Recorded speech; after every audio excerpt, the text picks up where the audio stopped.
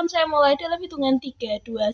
Selamat pagi teman serta rekan sejawat saya dan Dewan Juri yang terhormat. Sebelumnya harus diketahui bahwa segala informasi yang saya gunakan dalam debat ini tidak merepresentasikan kebenaran secara keseluruhan dan hanya digunakan untuk kepentingan debat semata. Saya di sini berdiri sebagai tim proposisi daripada apa yang Mosi sampaikan.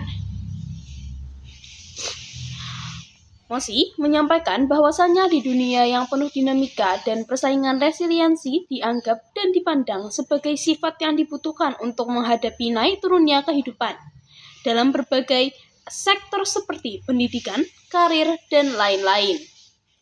Akan tetapi, glorifikasi atau pemujaan berlebihan sifat ini disadari justru menimbulkan destruksi dibandingkan benefit.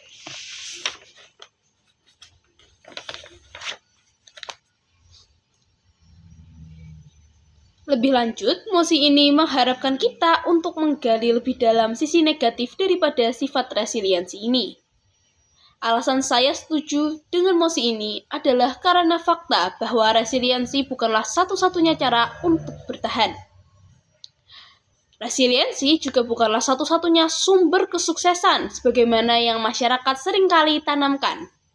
Sebaliknya, resiliensi mempunyai dan juga mengakibatkan seorang individu untuk merasakan beban emosional dan juga beban mental yang cukup berlebihan. Seringkali kita mengalami fakta bahwasannya ataupun menyadari fakta bahwasannya sifat resiliensi ini justru menimbulkan tekanan yang berlebihan bagi banyak orang. Hal ini dapat terjadi dikarenakan tingginya beban ekspektasi masyarakat supaya individu tersebut dapat bertahan dibandingkan menerima pertolongan.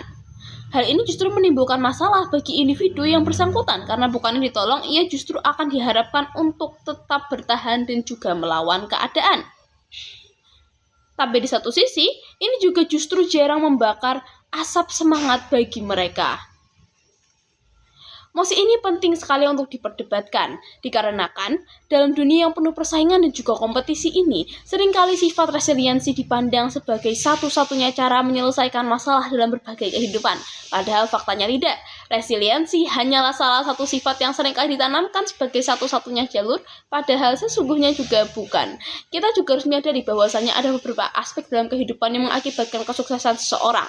Resiliensi mungkin salah satunya, akan tetapi apabila kita bandingkan dengan fakta dan juga data yang ada di dunia saat ini, justru kita menyadari bahwasanya tingkat kesuksesan seseorang bisa ditentukan besar kecilnya oleh background ataupun latar belakang mereka.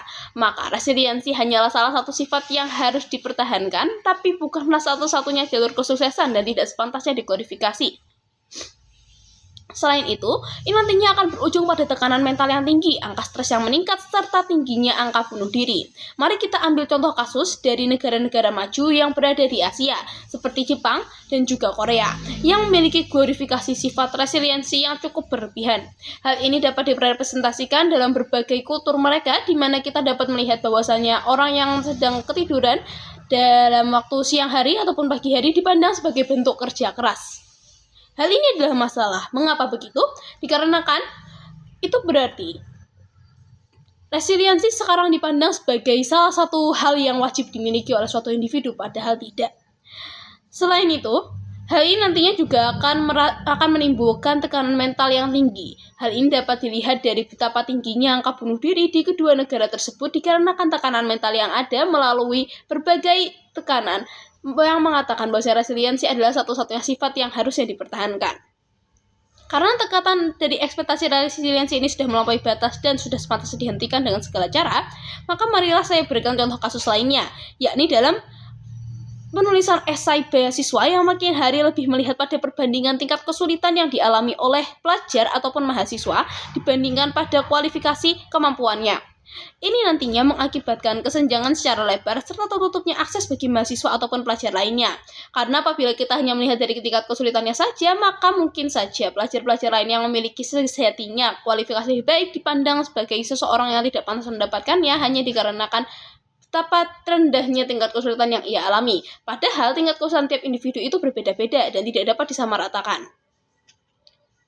Mungkin tim oposisi akan mengatakan bahwa glorifikasi resiliensi memanglah sifat yang dibutuhkan supaya masyarakat memiliki karakter yang kuat. Mengenai hal itu, maka saya memiliki dua isu yang berkaitan. Pertama, apakah ini akan sepenuhnya membangun karakter masyarakat untuk jauh lebih kuat? Karena faktanya, masyarakat dengan kodifikasi ini justru memiliki angka bunuh diri yang tinggi. Atau dengan kata lain, justru tidak membuat mereka kuat, akan tapi membuat mereka lebih tertekan secara emosional, dan mereka tidak dapat mengekspresikannya secara langsung. Yang kedua, apakah glorifikasi resiliensi ini sudah merata? Karena seringkali kita melihat seseorang kuat dari tingkat kesulitan yang hanya ia hadapi, sementara kesulitan bagi tiap orang memiliki definisi yang berbeda-beda. Pada akhirnya, glorifikasi ini hanya semata menimbulkan kerugian dibandingkan manfaat. Dikarenakan kita sudah mengetahui bahwasanya glorifikasi ini nantinya hanya akan menimbulkan kerentanan emosional dan juga rendahnya angka tingkat percaya diri terhadap diri sendiri. Oleh karena itu, glorifikasi ini haruslah dihentikan. Sekian dari saya, terima kasih.